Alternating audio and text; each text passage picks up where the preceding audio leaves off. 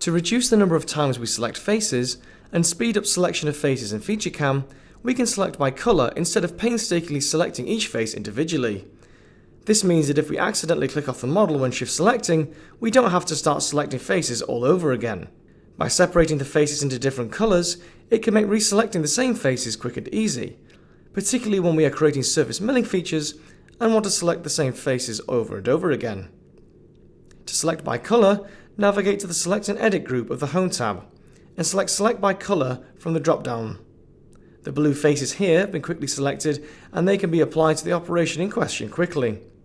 The colour of each face can also be changed by navigating to the View tab and selecting the Change Selected Colour.